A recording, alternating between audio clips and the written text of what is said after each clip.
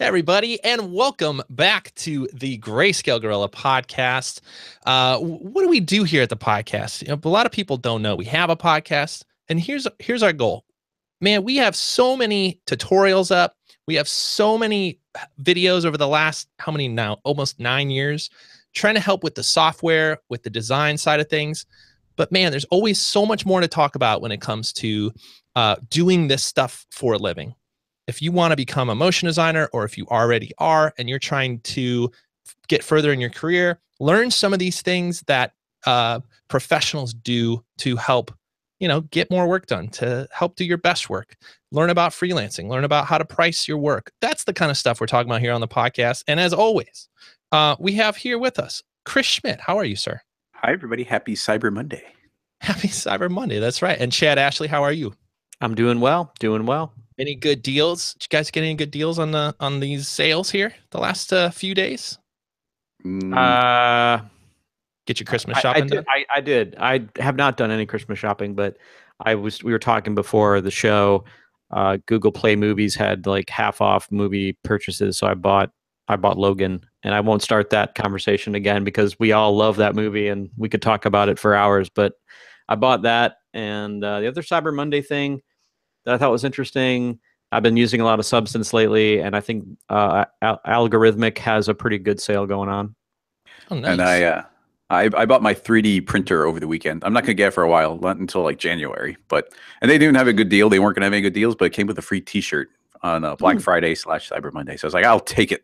What's the free T-shirt say? Is it 3D printed? The shirt? It's like no, I don't know. I just watched a video that people could print their printer directly on the T-shirt with just one layer of plastic, and it washed and still looked good. So that's something I might have to explore. But it's just a T-shirt of like one of the kind of the guy who modernized or made it so that people had printers in their homes. It's kind of like a little silhouette of his head.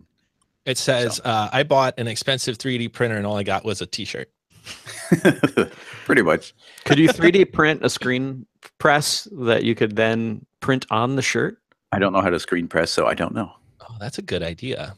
Like could you build like a screen or print on a screen? Or maybe you could print on a screen. Maybe. You got to look into this. I think you just print right on a T-shirt. You skip the screen printing entirely. You just lay the T-shirt down? Yeah, I watched the video. Somebody did it. One layer of plastic. There you go. Oh, good. And then just don't put it in the dryer. It'll melt. Well, hey, and while we're talking about what do they call it? The Cyber Mondays? Cyber Monday. Deals. When are they going to change that name, man? Cyber is like such an old, weird name. You call it like internet? I don't know. We need to come up with it. It needs a rebrand. Yeah. Well, Black Friday also sounds really kind of like scary. Like, oh no, Black Friday. Like I just think of like the Black Plague or something. Yeah, we need to rebrand. Listen, we're creative. We could if you guys have some ideas for what to call Black Friday and Cyber Monday, because we'll just call it a whole weekend. It's a whole weekend of deals, and anymore it starts on like Tuesday. It's like it's a whole week, dude. So we need to rebrand it. When I was looking up stuff, apparently there's something called like Blue Friday, which is the Friday before Black Friday, where there's like special sales there. It's like it's just never ending. It's just stuff as usual. So I don't care. I don't care about rebrand. They can have Black Friday. Well, so many of you were asking, "Hey, Greyscalegorilla," and I said, "Hey, friend. Hey, Twitter friend. Cyber friend. Hey, cyber friend. Hey, cyber buddy." I said, "What's up?" And they go, "Are you guys doing some sort of, sale here? Everyone's got their credit cards out. They're looking for deals. They're buying half off movies. There's some other software, places around the internet having deals, all this stuff." And they go, "Well, you guys doing anything?" And you know what? I was a little quiet. And that's because we're having ours early December. It's not technically announced yet, but what and Chad also had a good thought about this. Why not tell our best audience right here on the podcast that we're gonna have a sale? So if you have your credit card out, you have your boss's credit card out, leave a little bit on there. Like what do they call that? Your balance. Leave a little credit balance on there, because early December we have our big end of year sale, and all I'll say is we're gonna announce it next week. We're going to have all the details out, but I just wanted to give you guys a heads up, because I know, it's the end of the year. You guys have budgets. And a lot of you, we know, need to ask somebody to get the right card and get approvals and all that stuff. So if that's a part of your process, get the gears in motion, because we're going to have a big sale early December. We'll announce it, have all the details next week, probably right here on the podcast. We'll talk about it, but we'll also have a blog post, email, all that stuff. So if you've been looking at our tools and our gear, definitely keep an eye out for that as well. I should say that sale will not include X Particles. Instead, what we're doing is an entire month of a deal with X Particles, and it's an offer which ends early December as well. So one more quick sentence, and I'll stop with the ads here. If you are looking at getting X Particles, now's a good time to do it. You get 4.0 for free when it comes out. It's also cheaper than if you wait till after 4.0 comes out. If you buy it now, it's going to be not only less expensive, but you're going to get 3.5 today and then 4.0 when it comes out in December. So anyway, we have all the details on our site about that. Just a reminder, because we get emails all the time, the day after a sale, and especially with these X Particle sales and deals that we're having, we can't give the offer after it's over. So just a heads up.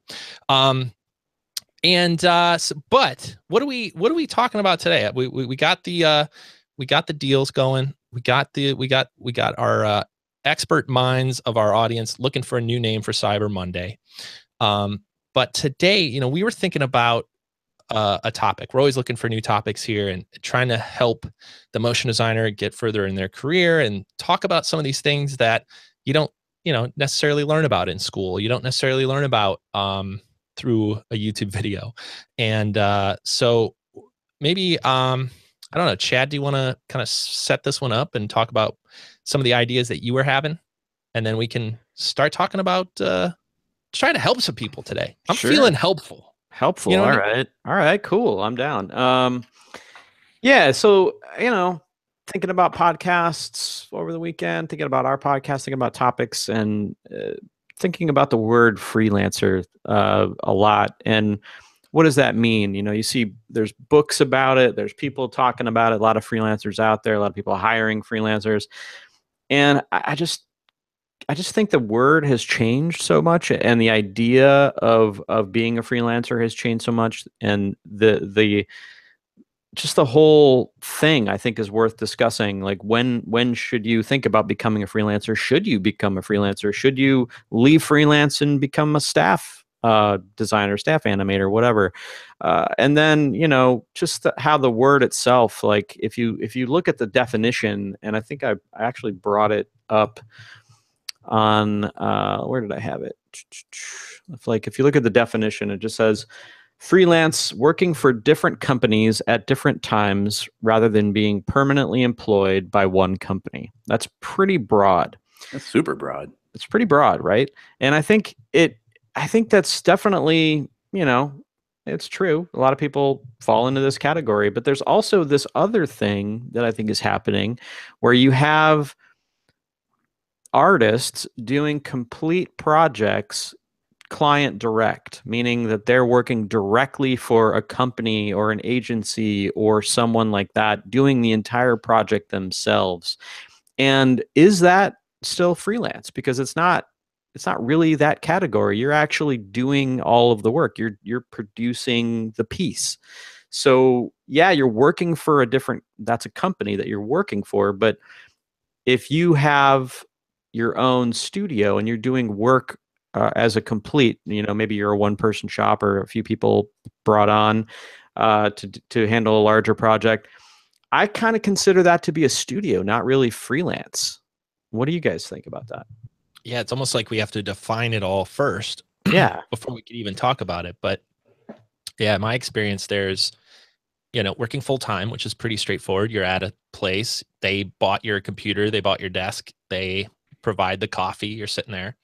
And then it gets loosey goosey after that. You could be a freelancer where you work at the studio where they bring you in, and that's more of like a short-term hire kind of thing. It's almost so that doesn't even necessarily seem like a freelancer, but that's what they called it, where you come work directly at the shop for a week or two, or sometimes longer.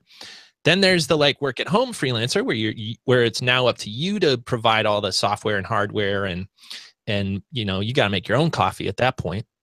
And you know, so what do you call that? Well, that's kind of a freelancer. And then like you said too, what if you get an entire bid all yourself? Are you still a freelancer? Are you like a one-person studio at that?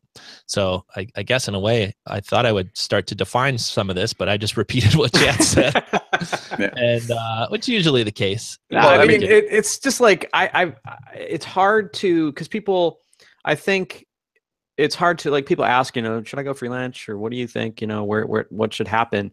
And I think we all know people at different levels in different areas, you know, full-time at studios, building up a career as a designer, animator, motion designer, art director, whatever. And then you've got freelancers that go to studio. We all know these people. Like they're all our friends. We hang out with them. We drink with them. But I think what's interesting to me is how the term is changing, and how I think, and I think other podcasts and people have touched on this, but I think the way that we talk about freelance needs to change, in that you can't necessarily lump someone who's going after their own gigs from home in the same category as somebody that shows up for a 2-month booking at XYZ studio, because it's a completely different set of rules, a completely different person. Like, the person that shows up to do freelance at the studio doesn't have to buy software. They don't have to buy their own coffee, like you said. So that is a different type of freelance than the freelance where I'm going to lunch with clients and taking on all the software costs and having to draw up contracts and like all that stuff. Like, because to me, that's a business at that point. You're not a freelancer, you're a small studio owner. Right? Yeah, well, yeah, we know stories of some of our friends that probably would have called themselves freelancers for a while, and then realized one day they're like, wait, we're just a studio. Mm-hmm. I should say, we're not just freelancers. We're an entire studio. We're doing this front to back. We're dealing with the client relationships. And so, I mean, I guess other than just define what these terms are, you know, maybe what we try to discuss is what we've seen be successful, and maybe help guide somebody that's on the edge or thinking about, hey, why don't I go off on my own and do this on my own? Some of the pros and cons with that, because many people ask, like, should I go work full time? Should I freelance? And at the risk of saying something concrete, I'll give you my quick opinion. If you're debating early on in your career if you should go freelance or go work somewhere full time, my leaning is always towards going to the full-time gig first, because you're going to learn so much there from other people, how projects are bid, how, you know, clients are managed, how to work with other people in general. There's just so much you can learn by going and working at a team that's done this before, where that then if you do go freelance or decide to start your own thing, you can actually use that as an education. And I'll speak for myself at this point. I tried to go freelance right from college. I had connections. I knew people that worked at some of the studios and got hired right away, and was lost, just completely lost. I had no clue how to charge. I had no clue what holds were. I didn't know. I had to like ask. I remember asking the producer that was calling me, like, yeah, I'll go on hold. Quick question. What does that mean? And they're like, oh, you're okay. So like, I was totally unprepared. And so, and all I really want to do was play. All I want, like, my goal, and maybe that's an angle we could take on this discussion. My angle was not talking to clients. My angle was not getting the jobs or the work. And in a way, all I wanted to do is play in After Effects more. And so for me, the environment that made the most sense was going and working full time, because they dealt with all that stuff. All they did was bring more After Effects stuff, more cool things to make in After Effects in front of me, and I get to go, cool, that's what I'll do all day. So maybe there's an angle there, like, think about what you want to do all day, and then there's also your career goals and those types of things. But Yeah, you I think get that's huge. Like just knowing what you want out of everything, I think is really how you should frame it, because I think that there's a little bit of a decision you have to make when you're starting out. And even if you kind of been freelancing for a while, I know people that have freelanced for a long time and then just decide like, I want to settle down and like start a studio gig. Because once you freelance for a while, you kind of have a choice. You either have built up enough clientele where maybe you want to turn it into a little studio and pursue that. And I know people that have done that and been successful. I know people that have started to kind of look at that path and say, you know what, that's not really for me. I'm going to try to find a studio where I can just plant some roots and like and grow that. And it really, it comes down to what you want to get out of it, and what at the end of your, and people should start to think about. I know it's hard to think about like what's going to be going on in my life when I'm in my 40s or my 50s, but that's definitely something that everybody should be thinking about, because it'll inform the decisions that you are making now. If you, for instance, I had a freelance friend who thought like, freelance is great. And I'm talking about like studio freelance, like going in, getting booked, sitting in somebody else's studio. They were like, this is great. I'm making great money. This is awesome. And I was having a conversation with them and I was like, well, that's great. But like, do you see yourself doing this? Like, even when you're like, I was full-time at the studio this person was freelancing in, and I was creative directing them. And I was saying, we were good friends. And I said, well, that's cool, man. You're making great money and it's working for you right now. But like when you're in your 40s or late 40s, maybe even your 50s, do you want to be sitting in that chair taking direction from the creative director who will probably be at that point 10 years younger than you? Is that what you want? Because if that's what you want, cool, man. Like keep doing what you're doing. And he looked at me and he's like, I've never thought about that before. And I could tell it clicked something in his eyes. Like he was kind of like, oh, like I never thought about that. And cut to, I think like 3 years or 4 years later, he started his own little studio. So I think that you kind of reach this point where you kind of hit this fork in the road if you're that freelancer, and you kind of realize, okay, cool, I'm either going to build something of my own, or I'm going to just like settle in to a full-time gig. So it's an interesting path, and I never had to take that path because I was always full-time at a studio. When I got into the business, you couldn't do what I did outside of a studio. So I think technology also plays a huge part in this, and technology, I think, is a huge reason why people have the enormous amount of choices that they didn't have before. You couldn't work remotely. You couldn't have your own render farm. These are things that are new.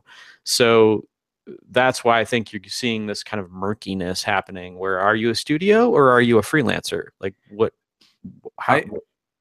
I have a question, and I don't even know how to define it, but as an industry, a lot of people, there seems to be this really murky line in this conversation about where does being a freelancer stop and when does essentially being a business that takes on clients begin.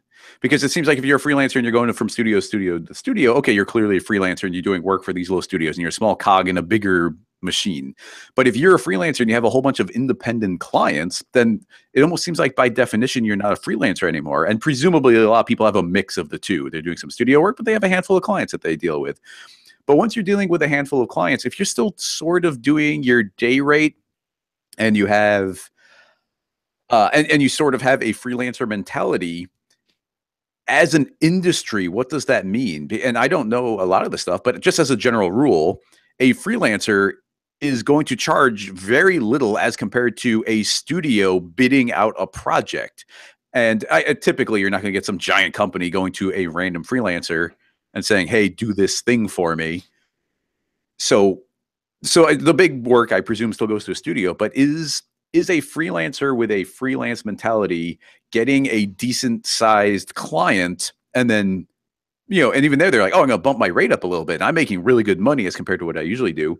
But is there damage to like the industry as a whole, or is it devaluing it? Or are we just, like you said, we've almost democratized all of the technology. Everybody's got this in their houses. Everybody can do this independently. So is there just a glut and just a giant wave of freelancers, and there's only ever going to be more and more and more of them? And there's going to be younger and younger people who can afford better and better tech that everybody's competing with, including the big companies. And I don't know, maybe from your guys' point of view, but in my eyes, a lot of big studios have kind of like shrunk in the last couple of years. They're in this big move to freelancing, also included all these big giant companies like getting rid of their motion graphics department, shrinking down a little bit. So it's translated, a big flood of people from one direction to another. But what does this mean as an industry? Yeah. I mean, you're really hitting on a lot of discussion that's been happening around our industry for the last 10 years. That's all happening right now. And we've talked about some of it here on the podcast about, like you said, studios are shrinking.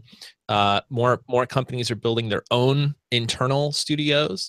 We've talked a whole podcast about that angle of things. And then everything else you said too, Chris, the wobbliness of what is freelance and what is a client, what's real client work. And like Chad said too, you used to have to go to the big place because they had the flames and they had the render farm and they had the client services and they had the steak dinners, and that's just where you went. And as what you said, Chris, the technology becomes available to us for a few grand. We have a computer and software to do a lot of what was able to do, technically able to do it at a bigger studio on a desktop. Where does all this stuff fall? I mean, everything you mentioned is the question, and we're living through it right now. And I think that's why this topic on the podcast keeps coming up. This reminds me of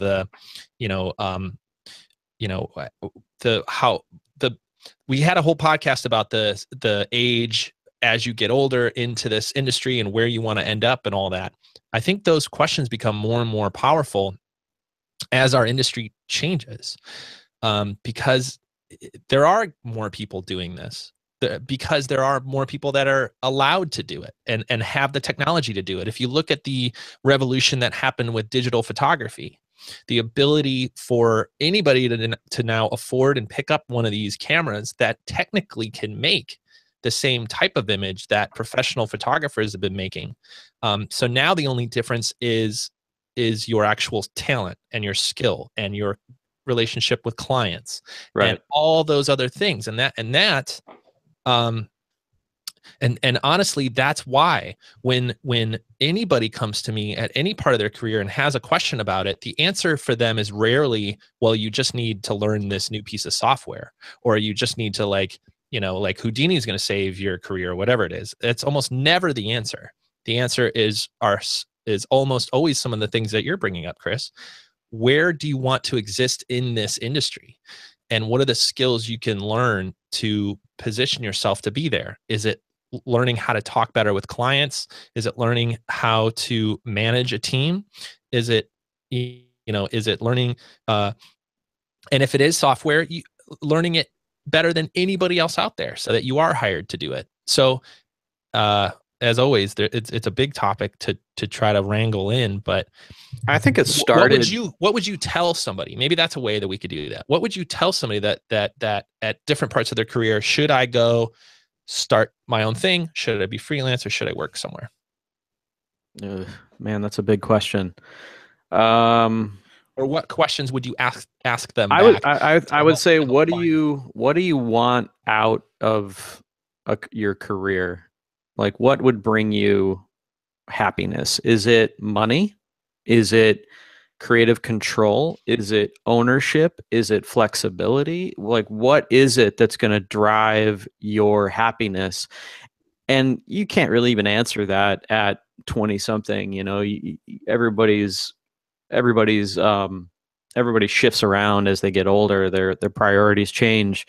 But I think that you got to be able to ask yourself those questions pretty early and continuously ask yourself those questions, and then just course correct as you go, and realign yourself with whatever it is that the goal is at that time. I think when you're starting out, the goal is like, I want to get as much experience and good stuff on my reel as I possibly can. Then as you get more into your mid-20s, it might focus towards, I want to make a lot of money. Then maybe, who knows, maybe you start going down the family route and you want more predictable hours, better life balance. And so these things change over time, and you just have to continuously be aware of that.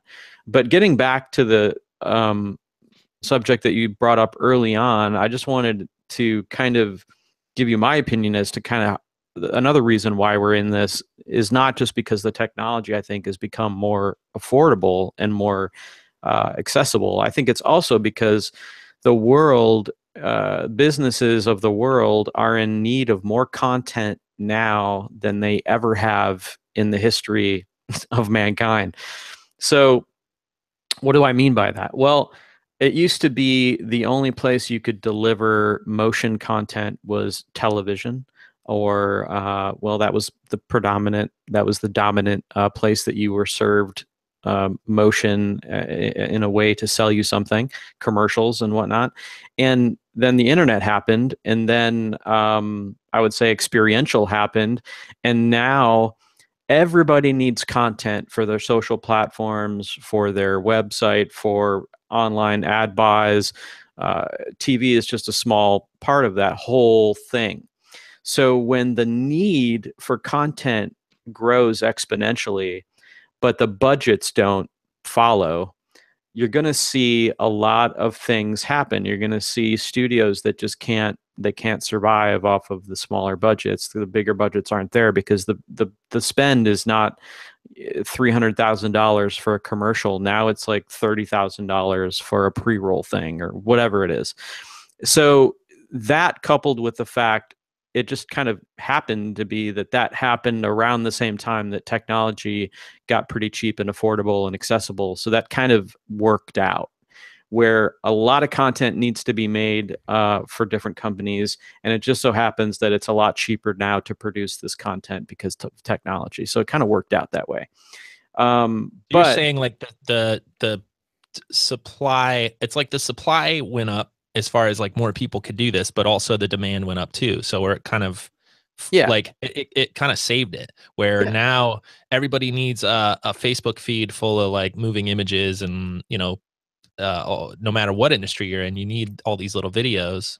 And now it's all a little splintered, the pricing's lower, but and I guess that's really what we're trying to figure out. Like it is a whole new world of new clients and new projects that people are getting.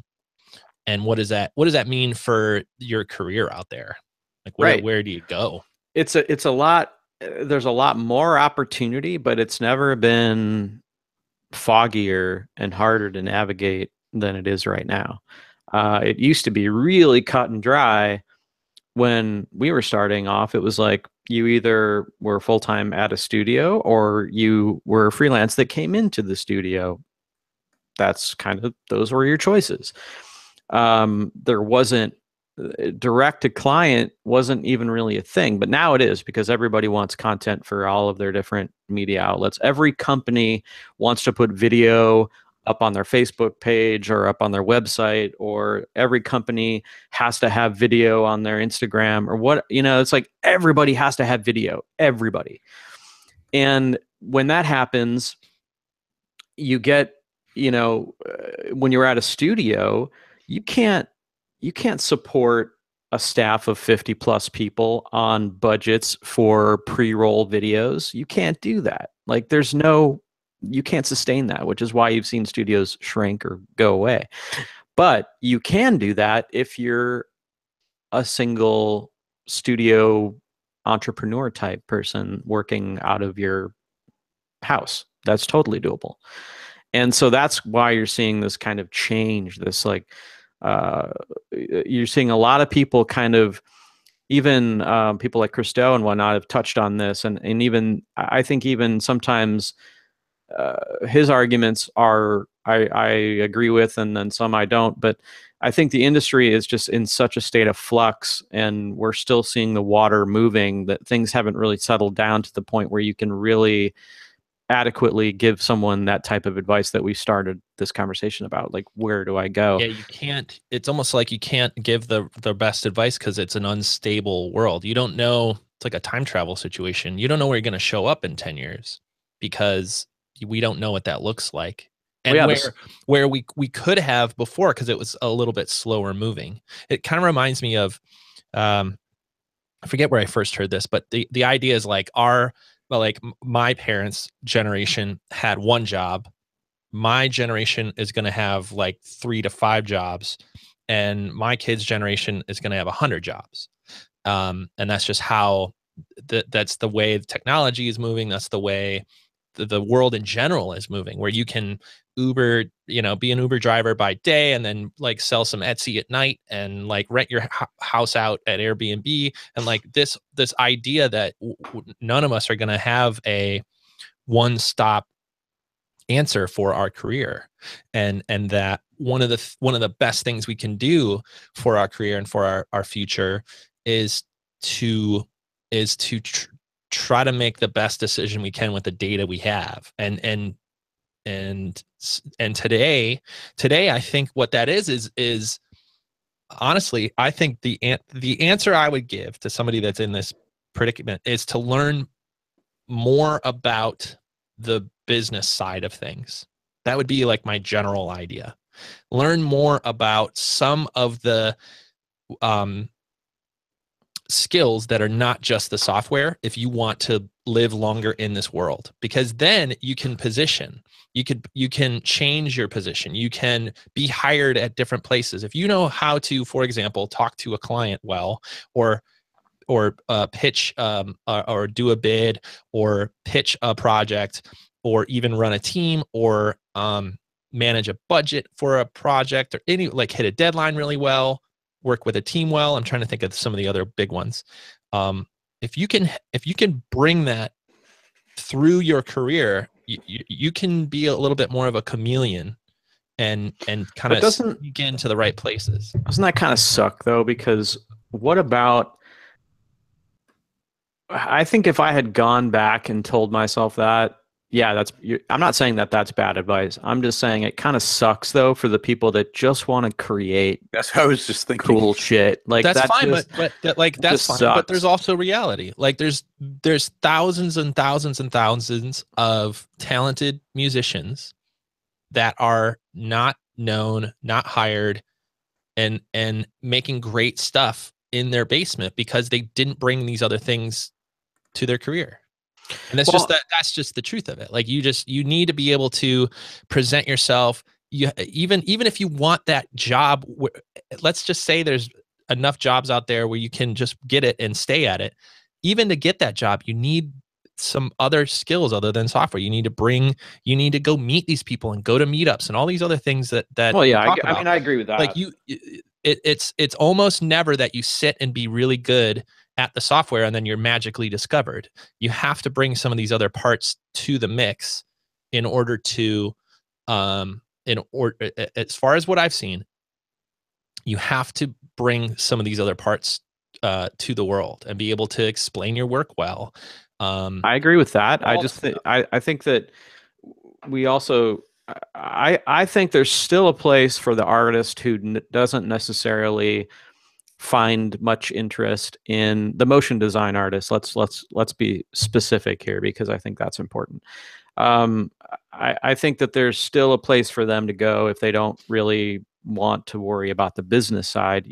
Because one door shuts. What's that saying? A door shuts, a window opens, whatever that saying is. Well, the window opening is what we mentioned earlier, which is companies are hiring motion designers full time. We're seeing a huge influx of motion designers being hired at big corporations, small companies. They need somebody full-time staff to create content.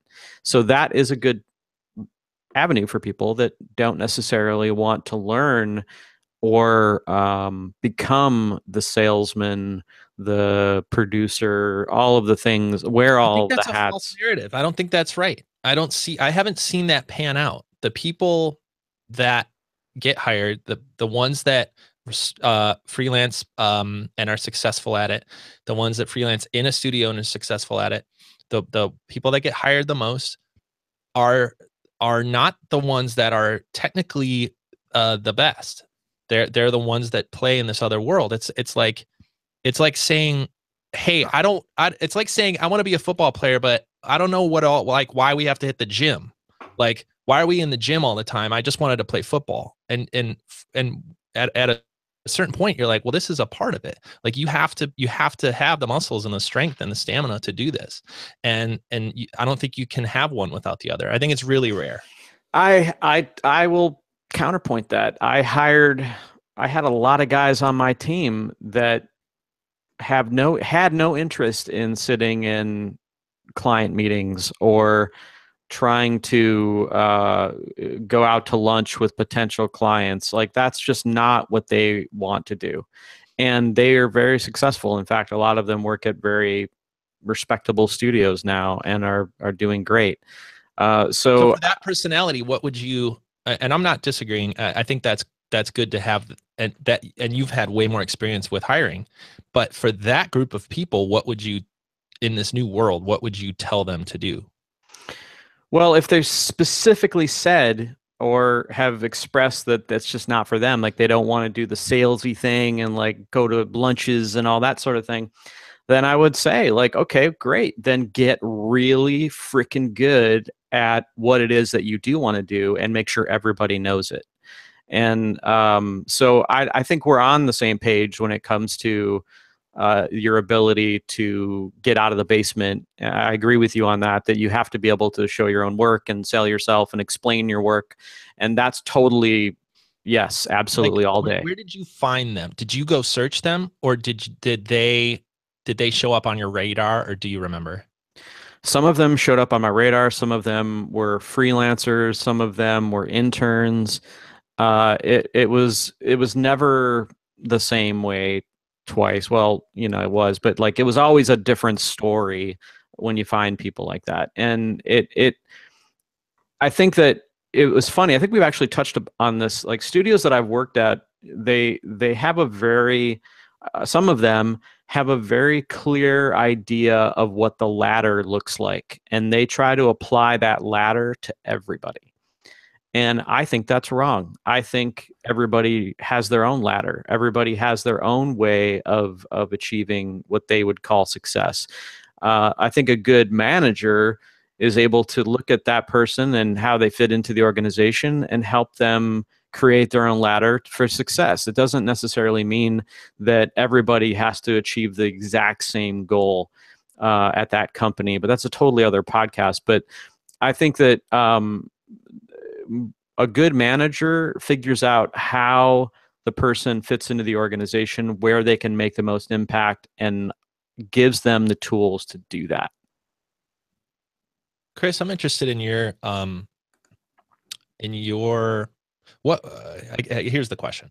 What was the idea of your path before we met, before you were such a big part of Greyscalegorilla and all this stuff? You were working you were full-time.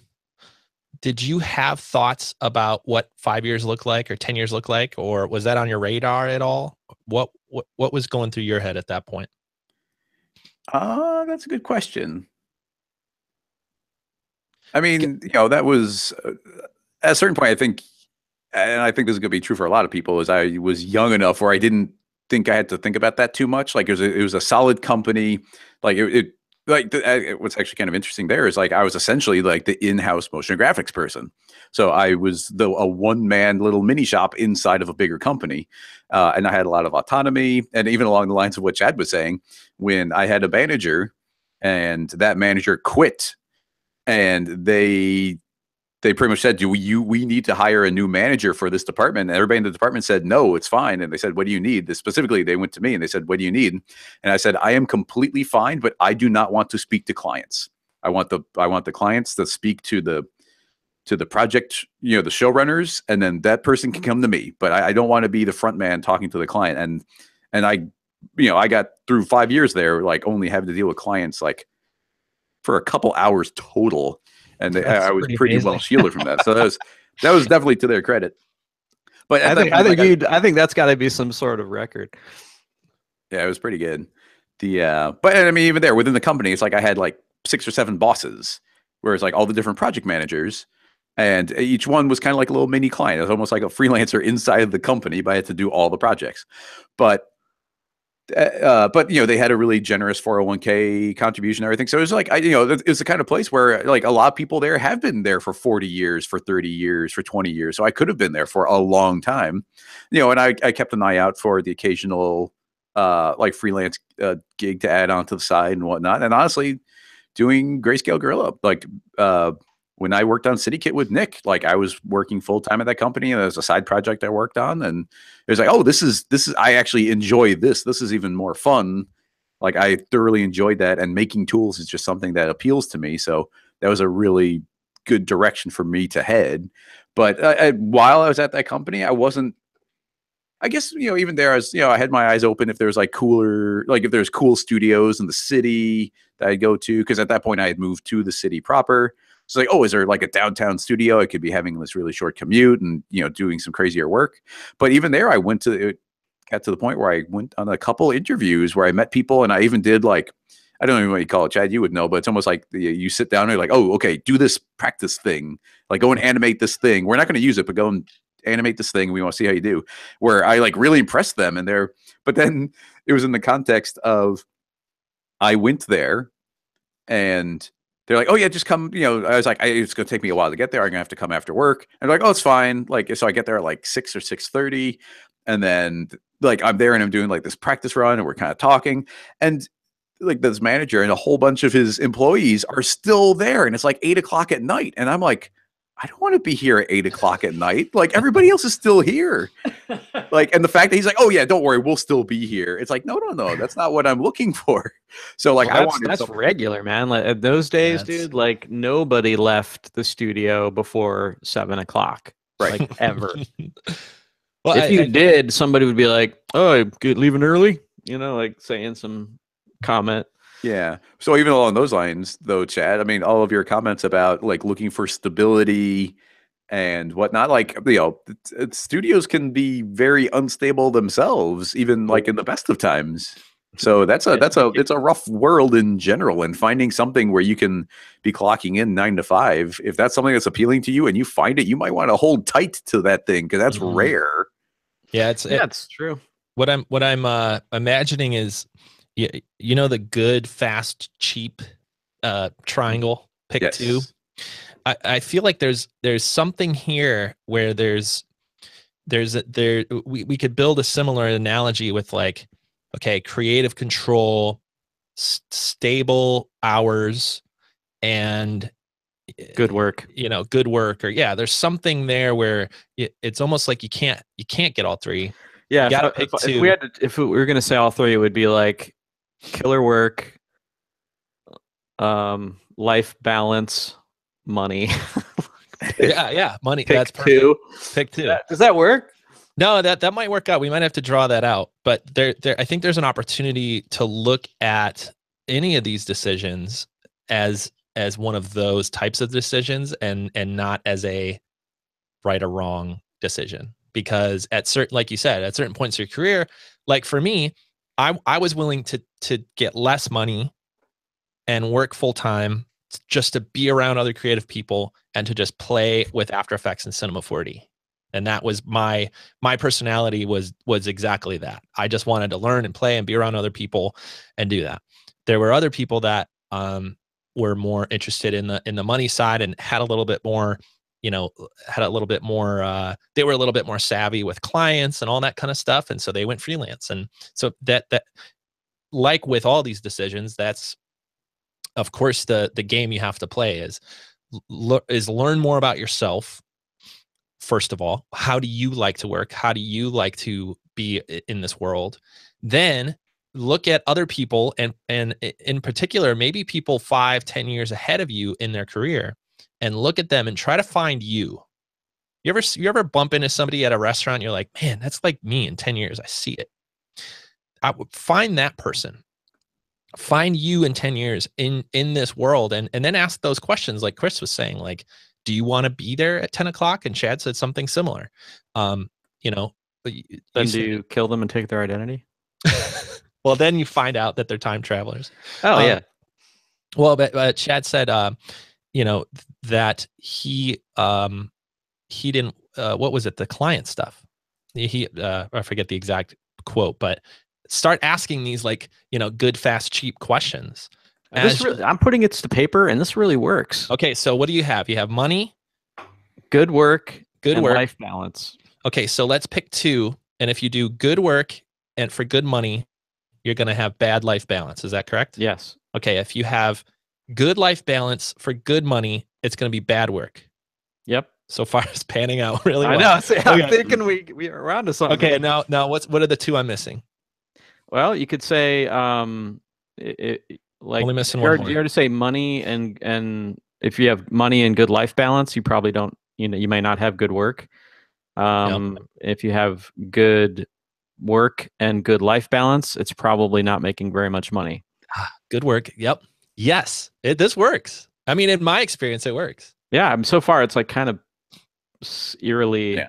Well, not only does it work, but I think there's probably a lot of people in this, or it's even tough to get in the circumstance where you can achieve two of those. Like, right. I can see people only having one of those ticked. Yeah, good point. Good point. It's hard to get. It's hard to get one. If you just have one ticked, you should be looking for something. You should be looking for something else. If you have two, then everything else is a unicorn. Good. Yeah, you're doing all right. If you get all three, then don't move. If you get all three, give us a call. We want to talk. Just literally never leave your desk. Well, yeah, if you have all three, don't touch anything. You might be in another dimension. You might ruin the whole thing. Exactly. Stay where you are and enjoy. Oh yeah, there is something there. We got show art. Maybe we gotta make some Venn diagrams here. I feel like this is deserving. I'm guessing somebody has to have done this already. Well, there's a lot of those. You know, there's a lot of those decisions. It's like the quad, the matrix. When you draw like an X and you put two things on the side, it's got some of that as well. Where it just reminds me again and again that it is not a one size fits all answer for anything. It's always dependent, and it's what makes this interesting, I think, to me, because it's creative, because we are creative people. We get into a creative industry, and it's not just the things we put on the screen that's creative. It's the life that we live ourselves, the life that we build for ourselves, and where we choose to work and where we choose to live, and where we have, a lot of us have the ability to be lucky enough to choose a lot of things. And when we do, taking the best advantage of that is something that I think I took for granted as a young person, the ability to move and go live where I wanted, or like you said, Chris, live close to the city. And like Chad, I know you have stories of you had a family, so you couldn't necessarily live close to the city. And so there's all this balance. It's all these little, it's lots of plates spinning on sticks. You're spinning all these plates, and which ones do you drop? Which ones can't you drop? And it reminds me of a book I've been reading a lot. It's called The One Thing. We'll put it in the show notes, and it's been a really interesting book for me because it has a lot of different parts of what I think is important in there. But one of them that I remember is that when you're juggling all this stuff, they call it instead of spinning plates, it's a juggling metaphor. Juggling all these balls, we have work, and we have family, and we have health, and we have career, and we have money, and we have all these things. We're juggling around. We're trying to balance them all. And the book, they basically say there are balls in the air that you can let fall and bounce a couple times, and those are rubber balls. The rubber balls are things like your career and money. And then there are balls that you're juggling that shatter if they fall. Those are things like health and your family and your relationships that you can't go too long without throwing it back up again and touching it, being a part of it.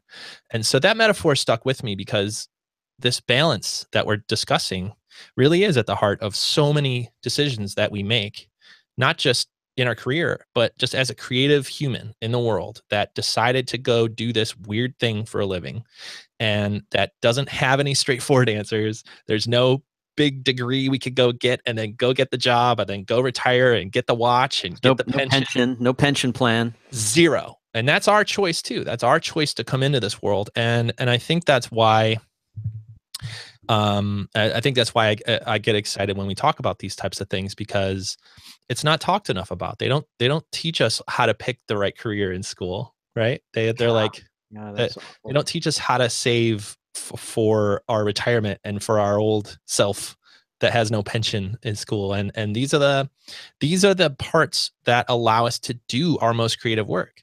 It's the reason I am glad we talk about this stuff.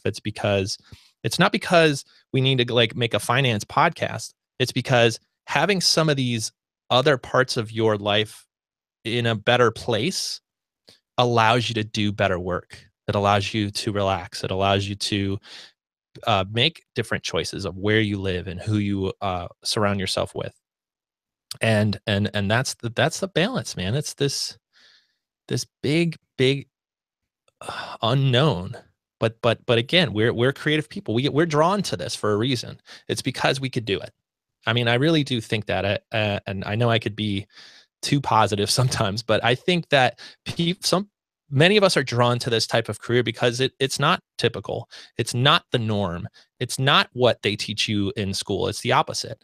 And it's exciting. It's exciting for me to talk about it. It's exciting to hear stories, and to the point that we didn't really answer so many questions today as much as bring up more, like we always do. But the reason that this is exciting is because this is the internal dialogue that needs to happen when you make a big decision about where you work, where you live, and how you're going to interact in this world. So I don't know, I try to leave one of these podcasts with something big that we could all think about. What are the big themes that we could all go like brainstorm? I think that, I think kind of ties back to how we started it with the whole idea of the word freelance and what does that mean and all these things. But I really like how it turned into this statement, this diagram that will help you evaluate how you're currently balancing your plates or juggling your stuff. Is like, can you tick two of these things, or can you only tick one? And how can you realign what you've got going on so that you can try to get as close to all three? And still, I'm gonna have to check out that book, because it's really true. I like that juggling metaphor, because I feel like I've done it my entire career, and without even having put a metaphor to it. So yeah, I think that we kind of touched on a lot. We touched on what is freelance in this kind of day and age, and what is good life balance, and when should you reevaluate your career. And I think rounding it out with that juggling metaphor is great. I don't really have a question. I think the question is just to start evaluating and come up with a plan to get yourself as many of these ticked off as possible. Ticked off is probably the right way to say it. I would like to say, I love the juggling metaphor. That's great. I do want to say just one thing. I don't want us to cause any existential crises for anyone. Keep in mind, even though you get that, these three things, pick two, these aren't really toggles. These aren't check boxes. Like, these are it's more like a line graph, or like the line, where you might maybe you feel like you're 65% of your potential in this one, and you're 55 in this one, but you're 85 of this one. I don't think it's an on-off state necessarily. It's more like, which one of these is lacking, or which one right, are you really solidly in? Yeah, because it's never, you're right, and I think that it's like it's a cuter bow to put on it if you can be very binary about how it works. But you're right. It is kind of like it's more of like, where am I seeing a deficit?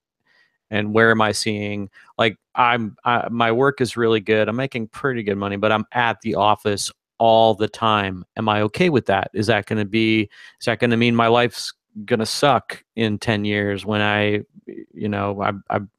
my body's deteriorating because I'm at work too much? So you're right. I think it's like finding that equilibrium. Yeah. Well, And and even sorry, Chris, go ahead. I was just going to say, even to like reassess things from a previous year or previous time or 5 years ago, where it's like, oh, I was upset that I was doing a lower quality work several years ago, but if I look at it, it's improved dramatically. And if that keeps going, then I'm going to be in a very good place I'll be happy with. So even seeing a change over time for that is an excellent thing. It doesn't have to just be a snapshot of where you are now. It could be a dramatic improvement or even something going wrong. Just a dramatic change in that is something to be aware of and to just pay attention. Yeah, I think as the year wraps up, I definitely do that. I look at what I liked from the last couple years, what I didn't like, and try to figure out where I am in that triangle. Because you're right, it's like if you draw it in a triangle, it's not on one of the lines, it's in the middle somewhere. But you have to, like, even if you're in the absolute middle of that triangle, you're just kind of getting a little bit of each. Your work's kind of good, your work-life balance okay, and it's a little bit good money. Like, that's also an answer. Many people are in the middle there. But I think I think the analogy works in a way to say, what is most important to you, and what are you willing to pay, and not just money. Is it your time or the type of work that you're doing? What are you willing to give up to get more of these other things? And I think almost every decision has that. Almost every decision in our career, in our world, in our life, and who we spend time around, and if we, I was just thinking this morning about how one of the biggest, most important things to me was working close to where I live, and the fact that I could walk or bike to work. To me, that was a huge part of where I decided to do what I did, where I decided to work, and what I decided to do. And I give up a lot because of that. I give up other things to make that one thing that's important to me happen. And in some cases, it was not working at certain places, but it was always a compromise. And so to me, I think, I'll just speak for myself as we wrap up. The thing that always helps me is seeing other people go through this and how they made decisions, and really getting to how happy they are with where they are in their career. So anytime somebody 5-10 years older than me, or wherever I am in my career, is willing to share a story about, hey, I thought I wanted to do this, and then I did it, and then I realized I wasn't happy, so I moved, and now I'm much more happy in this position. My ears perk up, because that's what's so compelling about a few podcasts ago when we tried to give advice to our older self. That's the closest we're going to get, is when we see somebody that is doing what we might want to be doing, and we can go get real feedback from them, and they say, you know what, I thought owning my own business was going to be awesome, and now I realize I never get to see my family because I'm working so much. That's really good feedback to get. Really good feedback to get, especially if you could project yourself 5-10 years into the future and say, is that where I want to be? So, yeah, that's, I guess that's what I would do, is try to find more stories in your industry and ask around and try to find those people that are already making these decisions, and see if you can gain any insight to where you might end up. I don't know if that's helpful, but it was helpful for me to see some of those people. Did we miss anybody? Chris, did you have any Oh no, I think we got a good wrap up there. I'm very happy with this one. Lovely. That was fun. As always, if you're still listening, we appreciate it. Please give us a review on iTunes. That helps more people see this. And that's our goal. Like I said at the beginning, the goal is to talk more about these kind of things. If you guys have a question, you're bumping into a certain part of this in your career, we'd love to hear it in the comments here on YouTube if you're watching here, or also on our blog where we host all these podcasts as well. So we always love to hear from you, because that's what we're doing here. We're trying to we're trying to give the advice and the tools and the teaching and every part of of this weird career that we all decided to be a part of, and try to exchange as many ideas to try to get as close to a truth as possible. And to me, I know myself, I always get closer to the truth when there's an honest discussion about what has worked and what hasn't. So that discussion extends to you guys as well. I want to hear from you. Put it in the comments. And as always, thank you so much for listening to the podcast. If you have a friend out there or a coworker that is in the middle of all this stuff and might benefit from some of these discussions, please recommend us. I think we're getting a list of our favorite episodes together as well. So look for that soon toward the end of the year. And with that, I hope to see you in another Greyscalegorilla podcast really soon. Thank you guys so much for joining us as well. Chris and Chad, hope you guys have a good one. Happy Monday, everybody.